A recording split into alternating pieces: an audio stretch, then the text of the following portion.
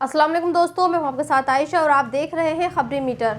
तो दोस्तों, आज हिंदुस्तान में 3 खबरों की चर्चा है और ये 3 खबरें एक दूसरे से कनेक्ट हैं और जुड़ी हुई हैं। आज मैं आपको इन्हीं 3 खबरों के बारे में बताऊंगी। मैं आपको ये बताऊंगी कि राम मंदिर बनने के बाद अब हिंदुस्तान के मुसलमानों के हाथों से वो कौन सी दूसरी मस्जिद है जो जाने वाली है और ये क्यों किया जा रहा है। इसके अलावा मैं आपको ये भी बताऊंगी कि मंदिर के बनने के बाद से ही मुसलमानों पर लगातार हमले क्यों हो रहे हैं और इन हमलों की खबरों को टीवी मीडिया क्यों नहीं दिखाना चाहता है। और आज बात गणतंत्र दिवस की भी होगी। आप सबने इंडिया गेट पर निकली गणतंत्र दिवस की परेड देख ली होगी, लेकिन आज मैं आपको इस दिन के बारे में कुछ और बताना चाहती हूँ। लेकिन सबसे पहले मैं ये चाहती हूँ कि आप आज ये दोनों वीडियो देखें। एक वीडियो छत्तीसगढ़ में एक शहर है रायपुर का है, जहां एक मस्जिद का इमाम लहूलुहान होकर भागा जा रहा है, और दूसरा वीडियो डिजिटल मीडिया की जानी मानी एंकर आरफा खानम का है, जो आज सोशल मीडिया पर ट्रेंड भी कर रही है। और इनके ट्रेंड करने की वजह इनका वो बयान है जिसमें वो ये कह रही हैं कि जब इन्होंने अपनी सोसाइटी में एक ख़ास धर्म के झंडे को देखा तो इन्हें ऐसा लगा कि वो झंडा इनकी सोसाइटी पर नहीं बल्कि इनकी सीने पर लगा है। खैर, पहले वीडियो की बात करते हैं। अगर आप सोशल मीडिया पर देखेंगे तो तकरीबन हर मुस्लिम हैंडल से इस वीडियो को शेयर किया जा रहा है। द ऑब्जर्वर पोस्ट ने इस वीडियो को पोस्ट किया है और ये लिखा है कि रायपुर में एक हिंदू मॉब यानी भीड़ एक मस्जिद के इमाम पर हमला किया और उन्हें लहूलुहान कर दिया।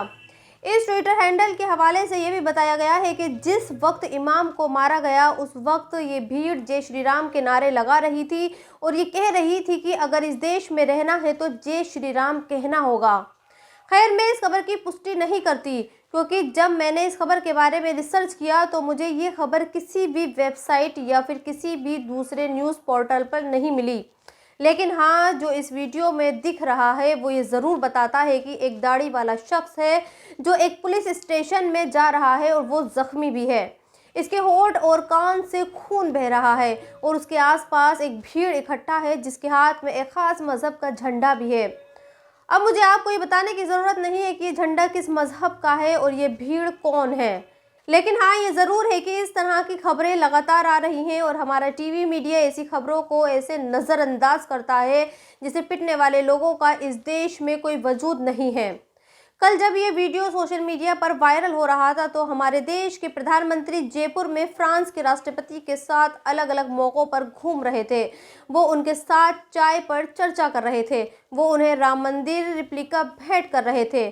खैर, इसी दिन देर रात को एक और खबर आई और वो खबर ज्ञानवापी मस्जिद से जुड़ी हुई थी। दरअसल कल कोर्ट ने ज्ञानवापी मस्जिद से जुड़े सर्वे की रिपोर्ट को हिंदू और मुस्लिम दोनों ही पक्षों को सौंप दिया और जब ये रिपोर्ट दोनों पक्षों को सौंप दी गई तब इस रिपोर्ट के कुछ पन्ने लीक भी हो गए, या यूँ कहें कि लीक करवा दिए गए। मेरे पास भी एक लीक हुई रिपोर्ट के 2 पन्ने हैं। आज मैं आपको इन पन्नों में एएसआई ने क्या लिखा है वो आपको पढ़कर बताती हूँ। इस रिपोर्ट में 10 अहम बातें लिखी गई हैं। पहली बात तो ये लिखी है कि जहां आज मस्जिद खड़ी है वहां मस्जिद के बनने से पहले एक बड़ा मंदिर मौजूद था। ये एएसआई ने सर्वे करके जो रिपोर्ट बनाई है उसमें लिखा है।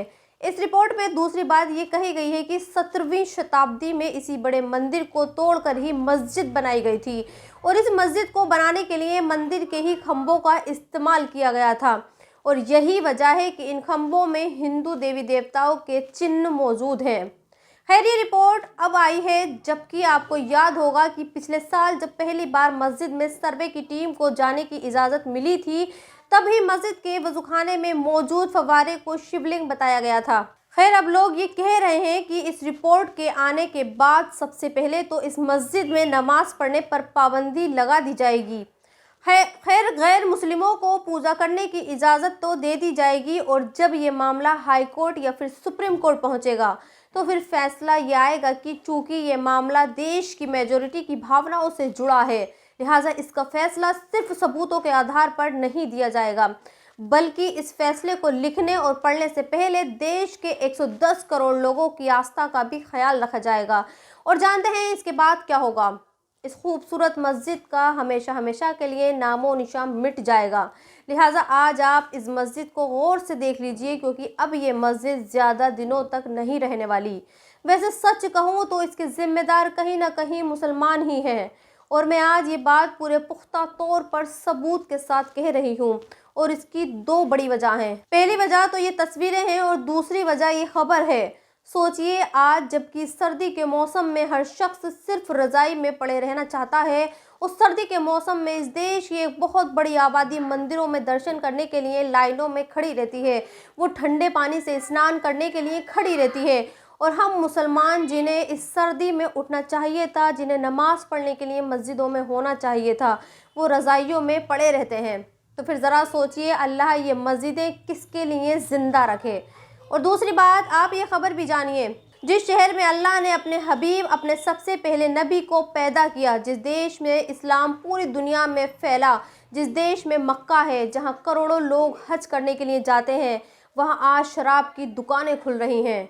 सऊदी की तरफ से ये कहा गया है कि वो शराब की दुकानें खोलेगी। हालांकि अभी इन शराब की दुकानों पर शराब खरीदने की इजाज़त गैर मुस्लिम डिप्लोमेट्स को ही होगी, लेकिन शराब तो शराब होती है, और शराब को तो इस शहर में रहने वाला नबी हराम करार दे चुका है।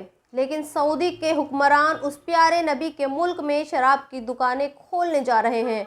फिर आगे बढ़ते हैं और बात गणतंत्र दिवस की करते हैं। आज देश गणतंत्र दिवस मना रहा है, और इस मौके पर मैं बस आपको मोहन भागवत का आज दिया गया एक बयान सुनाना चाहती हूँ। और मैं ये चाहती हूँ कि भागवत का ये बयान ख़ास तौर पर वो लोग ज़रूर सुने जो मुस्लिम मोहल्लों में जाकर अपने धर्म की यात्रा निकालते हैं, अपने धर्म के नारे लगाते हैं, और ये चाहते हैं कि देश के सभी लोग उनके धर्मों के नारे लगाएं। तो दोस्तों, इस वीडियो में इतना ही। आप भी अपनी राय कमेंट्स बॉक्स में लिखकर मुझे ज़रूर बताएं, और अगर अब तक आपने मेरे चैनल को सब्सक्राइब नहीं किया है तो प्लीज़ सब्सक्राइब ज़रूर कर दें। शुक्रिया। ऐसा एक आत्मीयता का भाव रहता है, वही भाव आपस में व्यवहार में बंधुभाव के रूप में प्रकट होता है। उस बंधुभाव का हम स्मरण करें। भारतवर्ष के जन की ताकत अपरंपार है, वो कभी भी कम नहीं थी, वो वैसी की वैसी बनी है, और उसके बल पर जब वो जागता है तो वो अनेक चमत्कार दुनिया में करता है, जैसा आज कर रहा है। ऐसा भारतवर्ष आएगा, ऐसा भारतवर्ष उठेगा, ये अगर 40 साल पहले हम कहते तो अपने ही लोग हमारी खिल्ली उड़ाते। लेकिन आज हम देख रहे हैं कि हर क्षेत्र में हम आगे बढ़ रहे हैं। ये शक्ति कहां से आई?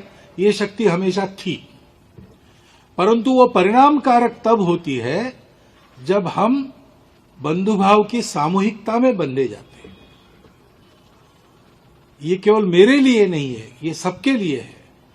मेरे सारे सामर्थ्य का उपयोग मुझे सबके लिए करना है, क्योंकि सब मेरे अपने हैं। दिखते विविध है, लेकिन हमारे देश में तो परंपरा है सारी विविधता का स्वीकार करने की। हम विविधता को अलगाव नहीं मानते।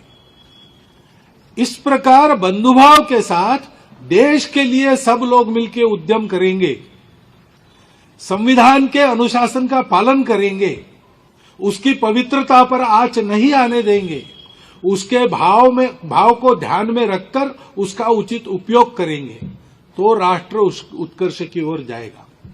ये करने के लिए हम लोगों में समर्पण का भाव चाहिए। मेरा